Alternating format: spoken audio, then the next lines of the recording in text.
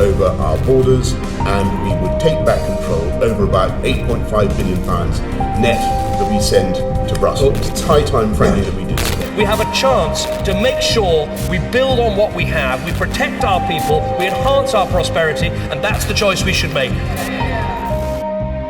Well, I feel it is important because we are the future and the children need their say in what their future wants to be.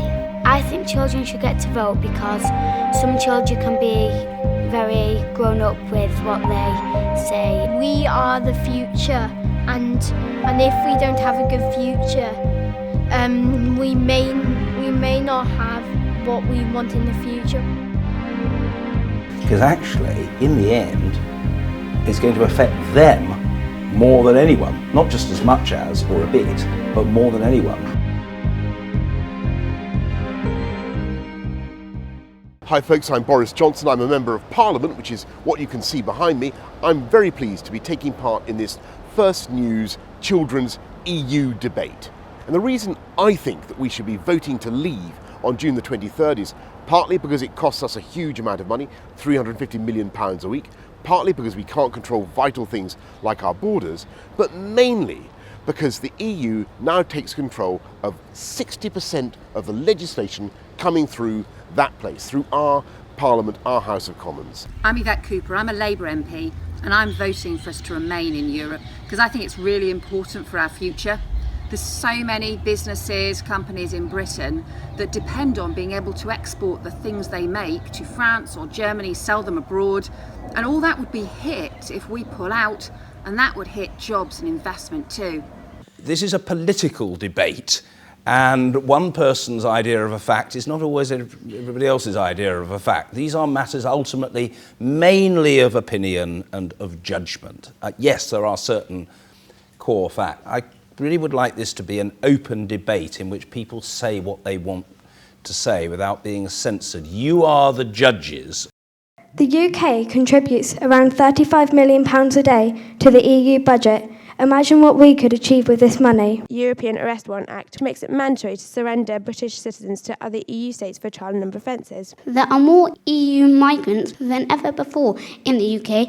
We are overwhelmed. These regulations are making it harder for the UK to expand, develop and employ more people. Leaving the EU will give people of Britain a better quality of life, us more freedom to make our own laws, us freedom to spend our money on our people and helping everyone who needs it. Sovereignty really means, are you able to get things done?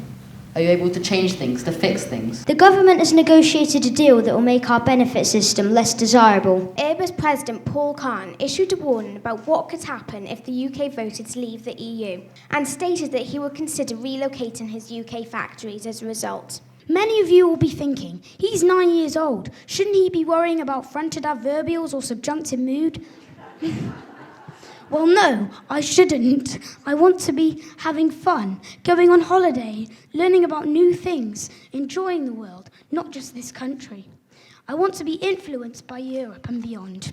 These are not just displays of rhetoric. You will have noticed, I'm addressing the adults here as much as the pupils, just how much factual material there is in these speeches. Now, question of interpretation, which you consider the more important line of argument or the more important fact, of course, is at the heart of this. This is how you have to make your judgment. The EU is stronger in fighting threats to its borders.